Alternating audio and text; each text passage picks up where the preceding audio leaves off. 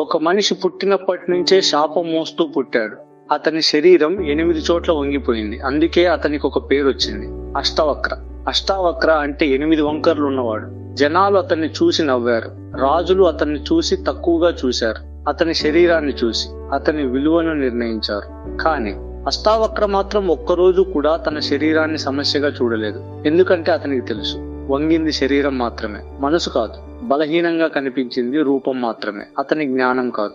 12 ఏళ్ల వయసులోనే అష్టవక్ర రాజు జనక సభలో అడుగుపెట్టాడు. అక్కడున్న పండితులందరూ అతన్ని చూసి పకపక నవ్వారు. అతని శరీరాన్ని చూసి అతని విలువను తీర్చిదిద్దారు.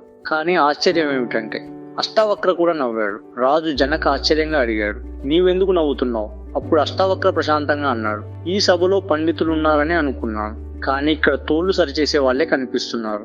ఎందుకంటే వాళ్ళు శరీరాన్ని మాత్రమే చూశారు, ఆత్మను చూడలేకపోయారు. ఆత్మను చూడగలిగేవాడే నిజమైన పండితుడు అని అష్టావక్ర చెప్పాడు. ఆ రోజు అష్టావక్ర శరీరం కాదు, అతని జ్ఞానం సభను జయించింది. అష్టావక్ర చెప్పిన మొదటి సత్యం ఏమిటంటే, నీవు శరీరం కాదు, మనసు కాదు, పేరు కాదు, గతం కాదు, గాయాలు కాదు, నీవు అన్నిటిని చూస్తున్న సాక్షి. అంటే ఏమిటి? మనమని అనుకుంటున్నది మన అసలు స్వరూపం కాదు. మన భావాలు వస్తాయి పోతాయి, మన ఆలోచనలు మారిపోతాయి, కానీ వాటిని గమనించే నీవు ఎప్పుడూ మారడు. ఆ నిజం అర్థమైన రోజు బాధకు పట్టుకున్న కారణం మాయమవుతుంది. ఎందుకంటే బాధ అనేది శరీరానికి, మనసుకు మాత్రమే, నీ అసలు స్వరూపానికి కాదు. ఆ రోజు నుంచి నువ్వు బాధను అనుభవించవచ్చు, కానీ బాధగా మారిపోవు.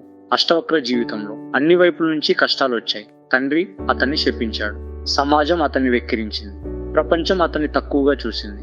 కానీ అతను ఒక్కసారి కూడా తనను తాను బాధపడిన వాడిగా చూడలేదు. ఎందుకంటే అతనికి ఒక గొప్ప సత్యం తెలుసు, బాధ అనేది అనుభవంలో ఉంటుంది, కానీ నీవు ఆ అనుభవాన్ని చూస్తున్న వాడివి, అనుభవం కాదు.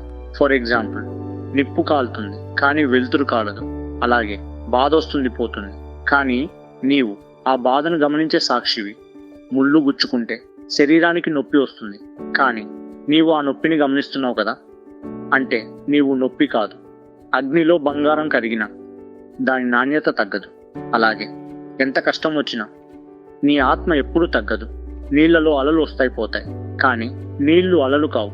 అలాగే నీ జీవితంలో సంఘటనలు వస్తాయి పోతాయి, కానీ నీవు ఆ సంఘటనలు కాదు, నీవు వాటిని గమనించేవాడివి, మారకుండా ఉండే సాక్షివి. అష్టవక్ర పుట్టిన క్షణం నుంచే లోకం అతన్ని రూపం ద్వారా కొలిచింది. అతని శరీరాన్ని చూసి విలువను తక్కువ చేసింది, కానీ కాలం చూపించింది శరీరం కాదు, మాటలే లోకాన్ని మార్చగలవని. అష్టావక్ర ఇచ్చిన చివరి సందేశం ఇదే. బయటి రూపాన్ని బట్టి మనిషిని ఎప్పుడు తీర్పు ఇవ్వకు, లోపల ఉన్న వెలుతురును చూడడం నేర్చుకో. నీవు ఏ పరిస్థితిలో ఉన్నా నీ లోపల ఉన్న చైతన్యం ఎప్పుడు నిర్మలంగా ఉంటుంది. అది కాలంతో మారదు, పరిస్థితులతో తగ్గదు. దాన్నెవరు దోచుకోలేరు, దాన్నెవరు చెడగొట్టలేరు. ఎందుకంటే అది నీలో ఉన్నది కాదు, అది నీవే.